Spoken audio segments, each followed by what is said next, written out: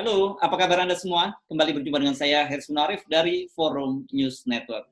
Hari ini, hari Selasa 10 November ini, bertepatan dengan Hari Pahlawan, Habib Rizik Syihab, Imam Besar Front Pembela Islam, tiba kembali dengan selamat di Indonesia.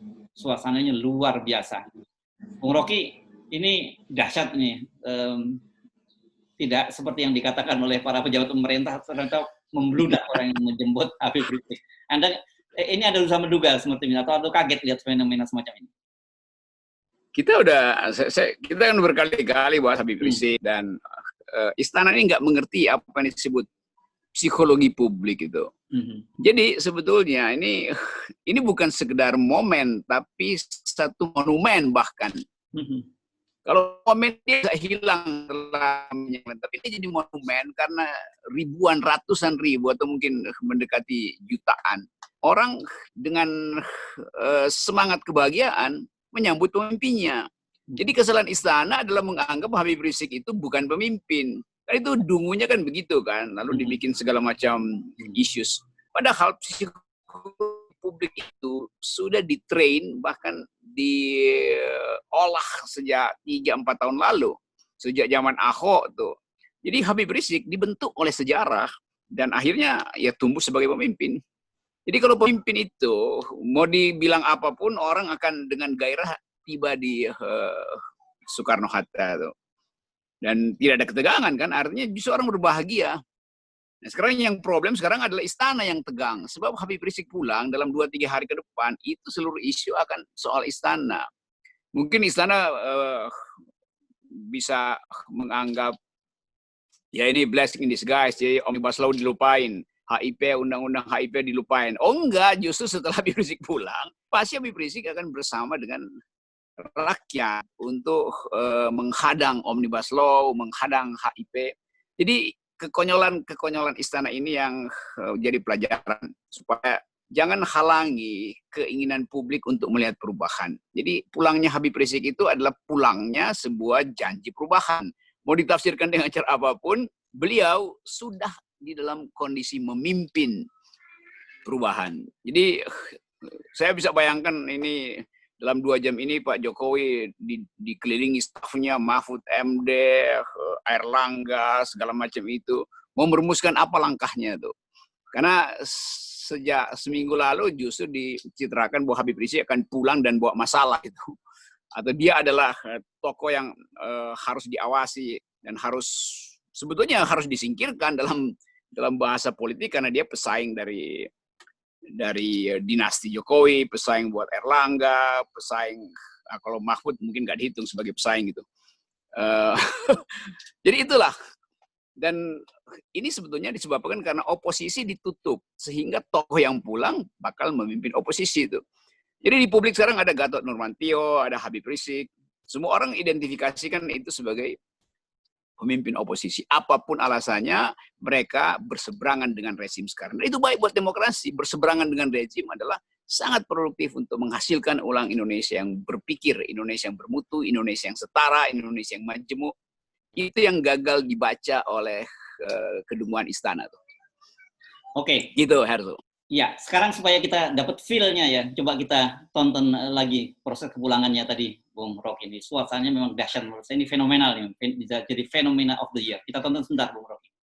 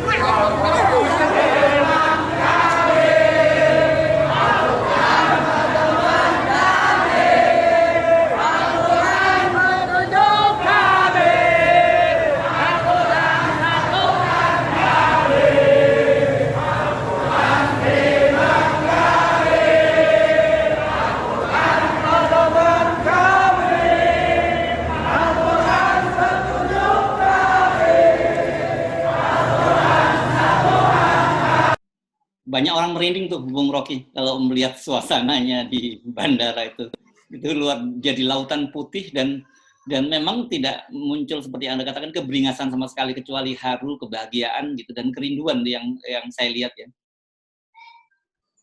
Benar, orang merinding karena menantikan perubahan sebetulnya. Kalau Rizik pulang karena habis tamasya, orang anggap dia turis. Tapi dia pergi dalam satu peristiwa politik. Lalu pulang di dalam keadaan Indonesia masih belum utuh secara politis gitu. Karena itu Habib Rizik itu dia bukan sekedar fakta sosiologis, yaitu kenyataan bahwa di belakang Habib Rizik ada umat yang jutaan, tapi dia juga adalah fakta politik akhirnya. Karena berhadapan dengan kemacetan politik di dalam negeri, sehingga orang menginginkan ada resultante dari krisis ekonomi, krisis legitimasi, krisis kepercayaan segala macam. Jadi resultantenya tiba pada Habib Rizik. Jadi secara ideologis orang menginginkan satu jenis rejim yang baru, yang ada justice, yang ada keadilan, yang ada kesetaraan, yang ada penghargaan terhadap pikiran manusia itu. Dan itu nggak ada di istana. Karena itu orang gembira sekaligus tercengang atau kagum ketika Habib Rizik pulang. Ini yang namanya psikologi publik yang nggak bisa dijelaskan oleh segala macam teori intelijen, teori penghadangan segala macam. Jadi itu yang terjadi. Dan mungkin orang berpikir kalau bisa pemilu dipercepat atau kalau bisa dirubah sistem pemilu, harus ada calon independen karena memungkinkan Habib Rizik untuk berkompetisi. Udah sampai di situ imajinasi orang gitu. Jadi kita mesti hargai bahwa publik itu mengimajinasikan perubahan. Nanti jangan lagi pemerintah reaktif lagi. Oh nggak bisa, calon independen nggak bisa. Lalu semua orang ingin melihat peluang dari mereka yang terhalang selama ini oleh threshold yang dipasang oleh pemerintah. Yang hanya mengandalkan kemauan pendanaan oligarki. Kalau politik dibuka secara sangat rasional, maka tokoh independen juga akan dibiayai oleh rakyat. Jadi kita bayangkan bahwa rakyat melalui momen dan momentum Habib Rizik menginginkan perubahan dalam semua aturan politik. Termasuk cara pemilu, termasuk cara beroposisi, termasuk keangkuhan rejim. Itu semua yang terjadi. Itu yang menerangkan mengapa pemujaan, udah separuh pemujaan, tapi orang sadar bahwa yang kita perlukan bukan menjadi pemuja, tapi menjadi kritisi di dalam menghadapi perubahan politik. Termasuk terhadap Habib Rizik tentu saja. Dan Habib Rizik saya kira nggak menginginkan dia dipuja sebagai orang suci seperti diingatkan oleh Mahfud MD, tapi sebagai orang yang ingin memperbaiki Indonesia. Itu yang diharapkan.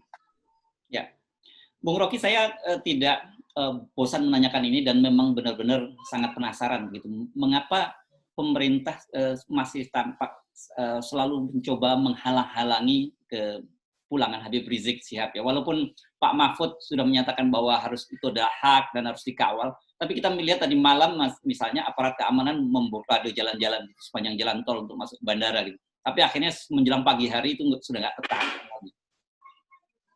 Tentu saja karena pemerintah ingin agar supaya setelah Presiden Jokowi lengser nanti di tengah jalan ataupun di ujung jalan, maka kekuasaan pindah pada dinastinya dalam arti lebih luas, dinasti oligarki.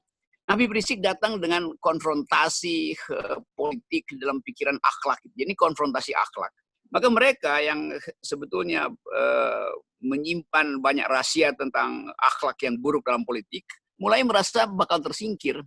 Dan lama-lama nanti mereka yang sekarang lagi mencuat untuk menghasilkan atau mencari dana untuk politik, tiba-tiba lihat bahwa modal utama untuk berpolitik adalah akhlak. Modal utama untuk berpolitik adalah legitimasi, bukan lagi jumlah uang gitu, sampai di daerah. Jadi elit yang sekarang itu ketar-ketir karena menganggap bahwa cara berpolitik Indonesia sedang diubah oleh Habib Rizik itu, diubah oleh Gatot Nurmantio, diubah oleh Rizal Ramli, diubah oleh jadi kita ingin melihat sebetulnya politik yang diolah hanya dengan akal pikiran dan dengan integritas, bukan dengan uang, bukan dengan arogansi kekuasaan, bukan dengan merusak lingkungan, bukan dengan omnibus law. Jadi terlihat kontras antara calon pemimpin yang sedang beredar sekarang, yang dieluk-elukan rakyat, dan mereka yang sedang berkuasa, yang hanya dieluk-elukan oleh oligarki. Itu ketakutan di istana tuh. Ini karena jadi kehadiran kehadiran dari Habib Rizik ini akan mengubah estabilisme yang sekarang ada gitu. Nah, itu istilah yang tepat. Establishment Ya. akan diguncang oleh jenis politik yang baru itu. Dan itu rakyat sudah siap dengan itu. Saya lihat orang yang datang ke bandara bukan sekedar penganut fanatik Habib Rizik, yang memang pasti ada, walaupun itu dimungkinkan secara psikologi karena orang mengidolakan seseorang, tapi juga masyarakat kelas menengah, emak-emak kelas menengah yang berharap ada perubahan. Di WA Group saya baca itu semua, dan mereka adalah bukan orang yang menginginkan Habib jadi tokoh agama. Mereka ingin Habib tumbuh sebagai tokoh bangsa itu, yang bisa merangkul, bisa mendamaikan. Jadi sekarang orang cari siapa yang bisa jadi seperti Nelson Mandela di Indonesia. Yang orang akhirnya menyebut Habib Rizik itu. Tentu banyak orang yang mengkhawatirkan bahwa Indonesia bisa pecah lagi karena soal agama. Saya kira enggak. Habib Rizik belajar bahwa masyarakat Indonesia toleran untuk masuk di dalam perpolitikan hari ini. Karena hanya dengan toleransi, hanya dengan membaca kesetaraan manusia, maka Indonesia bisa ditumbuhkan ulang. Dan 3 tahun Habib Rizik tentu dia pelajari fraksi mana atau faksi mana dalam masyarakat yang menginginkan dia memimpin, faksi mana yang masih khawatir. Tentu saja itu bagian dari pengalaman historis seseorang yang mengasingkan diri atau terasing dari politik lalu membuat kontemplasi. Jadi saya kira cukup lengkap pengalaman 3 tahun dari Habib Rizik. Orang barangkali banyak yang lupa atau mungkin tidak tahu bahwa disertasinya Habib Rizik itu tentang Pancasila gitu. Ya kan? Jadi artinya dia orang yang sangat paham gitu dengan persoalan bangsa sebagai sebuah bangsa yang berbineka gitu. Tapi satu hal yang menurut saya menarik, fenomena dari penyambutan Habib Rizik itu adalah bahwa ternyata di bangsa kita ini masih menyisakan kerelawanan gitu. Tidak, dan yang berlawanan dengan oligarki yang menguasai kekuasaan.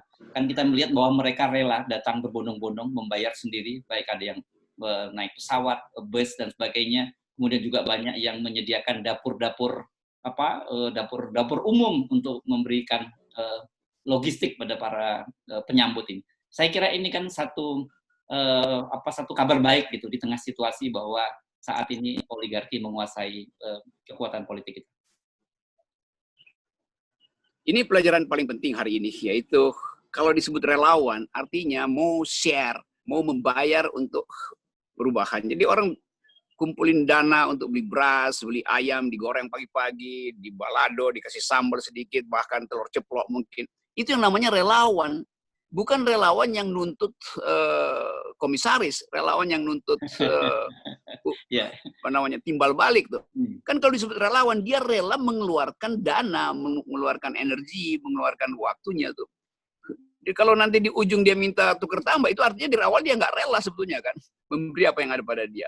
Sama seperti tradisi Amerika, setiap relawan pasti akan angkat, mungkin dia keluarin kartu kredit dari kantongnya atau sekedar $10 atau cek, dan this is my share, ini bagian saya tuh, dan itu dinyatakan secara terbuka tuh. Jadi mereka yang ada di jalan tol, yang nginep di bandara, itu yang betul-betul relawan dalam pengertian patriot. Patriot itu nggak nuntut apa-apa, bukan berkelahi di sosmed untuk saling minta jabatan itu. Jadi saya kira itu poin kita hari ini. Dan Habib Rizik, kalau dia menulis disertasi tentang Pancasila, saya bisa bayangkan mengapa dia mengambil sudut pandang itu untuk disertasinya itu. Apa dia mau mengkritik, dia mau memuji, atau dia mau menguji daya tahan ideologi Pancasila. Tapi sebagai orang yang memilih mengulas Pancasila, itu artinya ada intensi yang kuat pada dia untuk mengerti bangsa ini. Jadi memilih disertasi Pancasila kan untuk mengerti bangsa. Dan itu poin yang bukan sekedar bermanfaat, tapi merupakan pilihan individual, pilihan intelektual untuk mengatakan pada bangsa bahwa saya memahami Pancasila. Tanpa harus bikin tagar kami Pancasila. Jadi mestinya saya memahami Pancasila gitu, bukan kami Pancasila. Paham apa tidak itu soalnya. Jadi, Itu kira-kira tuh. ya, saya kira satu hal di luar fenomena yang ada di Bandar, saya kira perlu underline ya, kita perlu garis bawahi besar semangat kerelawanan tadi ya, bahwa kita dengan melihat kerelawanan yang luar biasa itu, bangsa ini masih punya harapan. Saya kira itu poin yang bagus sekali. Bangsa ini punya harapan. Dan kita tahu bahwa kekuasaan harus terima Habib Rizik sebagai fakta politik, sebagai fakta intelektual, dan sebagai fakta sosiologi. Saya nggak tahu apakah Pak Jokowi sekarang lagi berpikir untuk mengundang Habib Rizik bertemu di sebuah gerbong kereta api, atau ada urusan lain. Oke, itu kita serahkan pada kecerdasan dan kecerdikan masing-masing pihak. Gitu. Ya, saya kira kita dorong adanya proses rekonsiliasi bangsa ini, karena situasi saat ini ya, memerlukan banyak tangan, banyak kepala, banyak pikiran gitu, tidak dimonopoli oleh satu kelompok saja, Bung Rocky ya. Ya, itu keinginan semua orang melalui FNN. Baik, terima kasih. Kita akan update terus perkembangan terbaru dari kepulangan Habib Rizik Syihab. Assalamualaikum warahmatullahi wabarakatuh. Waalaikumsalam.